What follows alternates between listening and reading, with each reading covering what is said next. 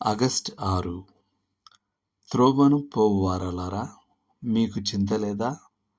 యెహోవా తన ప్రచండ కోపదినమున నాకు కలగజేసిన శ్రమ వంటి శ్రమ మరి ఎక్కడైనను కలదా? నిదానించి చూడుడి. విలాపవాక్యములు 1:12. కొన్నిసార్లు నేను ప్రభువు బల్ల దగ్గర కూర్చున్నప్పుడు నన్ను నేనే ఇలా ప్రశ్నించుకోవాల్సి వస్తుంది. నాకేమైంది? నేనిక్కడ కూర్చొని రక్షకుని శ్రమలను ధ్యానిస్తూ కన్నీళ్లతో కరిగిపోకుండా ఎలా ఉండగలను? నేను గొర్రెను కాక ఒక బండరాయి గనుకనా?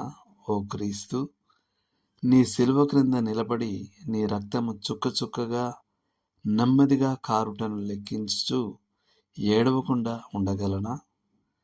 సూర్యచంద్రులు అలా కాదు. నక్షత్రాలు లేని ఆకాశంలో తమ ముఖాలను దాచుకున్నాయి.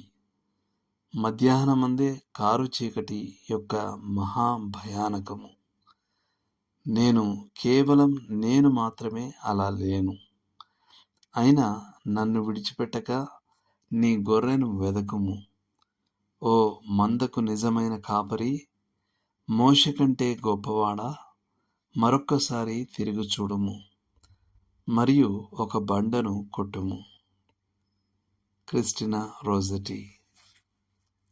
మరొకరు ఇలా రాశారు: ప్రేమగల రక్తము కాచుచున్న మరణిస్తున్న గొర్రెపిల్ల, నేను నాకే ఒక విచిత్రంగా ఉన్నాను. నేను ఆ మర్మమును ధ్యానించగలను గాని నిన్ను ఎక్కువగా ప్రేమించేలా కదిలించబడలేకున్నాను. మరణిస్తున్న విమోచకుని శ్రమల వలన ఎంతగానో కదిలించబడి కుప్పకూలి ఏడ్చే ఆ సున్నితమైన ఆత్మలను నేను ఆరాధిస్తాను. నా క్రైస్తవ క్షురకుడు రాల్ఫ్ రుక్కో నాకు గుర్తొస్తాడు. తరచుగా ఆయన నా దగ్గర నిలబడినప్పుడు రక్షకుడు సహించిన తీవ్ర వేదనల గురించి మాట్లాడేవాడు. అప్పుడు ఆయన కన్నీళ్లు నాపై కప్పిన వస్త్రంపై పడుతుండగా ఇలా అనేవాడు: ఆయన నా కోసం ఎందుకు చనిపోవడానికి ఇష్టపడ్డాడో నాకు తెలియదు. నేను ఎంత నీచుడను. అయినప్పటికీ ఆయన నా పాపాల శిక్షను తన శరీరమందు శిలువపై భరించాడు. పాపాత్మురాలైన స్త్రీ నాకు గుర్తొస్తుంది. ఆమె రక్షకుని పాదాలను తన కన్నీళ్లతో కడిగి తన తల వెంట్రుకలతో తుడిచి ఆయన పాదాలను ముద్దు పెట్టుకుని అత్తరు పూసింది. లూకా 7:38. ఆమె శిలువకు ఆవలి వైపున, అనగా క్రీస్తు మరణానికి ముందు జీవించినప్పటికీ నాకున్న ఉన్నతమైన జ్ఞానము మరియు ఆధిక్యతలతో పోలిస్తే ఆమె నాకంటే భావోద్వేగపరంగా ఎక్కువగా స్పందించింది. నేనెందుకు ఇంత మంచుగడ్డలా ఉన్నాను? ఏడవటం మగతనం కాదని భావించే సంస్కృతిలో నేను పెరగడం వలన?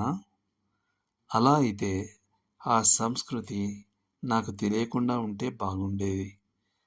కల్వరి నీడలో ఏడవడం అవమానం కాదు, ఏడవకపోవడమే అవమానం.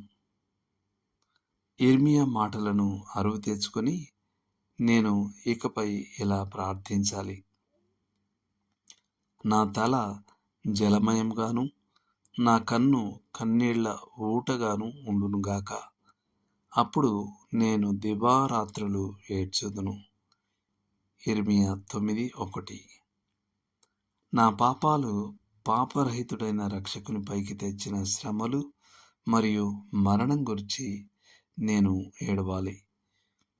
మరియు ఐజక్ వాట్స్ యొక్క అమరమైన మాటలను నావిగా చేసుకుంటాను. ఆయన ప్రియమైన శిలువ కనబడినప్పుడు సిగ్గుతో నా ముఖంను దాచుకొందునుగాక. నా హృదయాన్ని కృతజ్ఞతతో కరిగించుకొందునుగాక. నా కన్నులను కన్నీళ్లుగా మార్చుకొందునుగాక. ప్రభు, పొడిబారిన కన్నుల క్రైస్తవ్యం అనే శాపం నుండి నన్ను విడిపించు.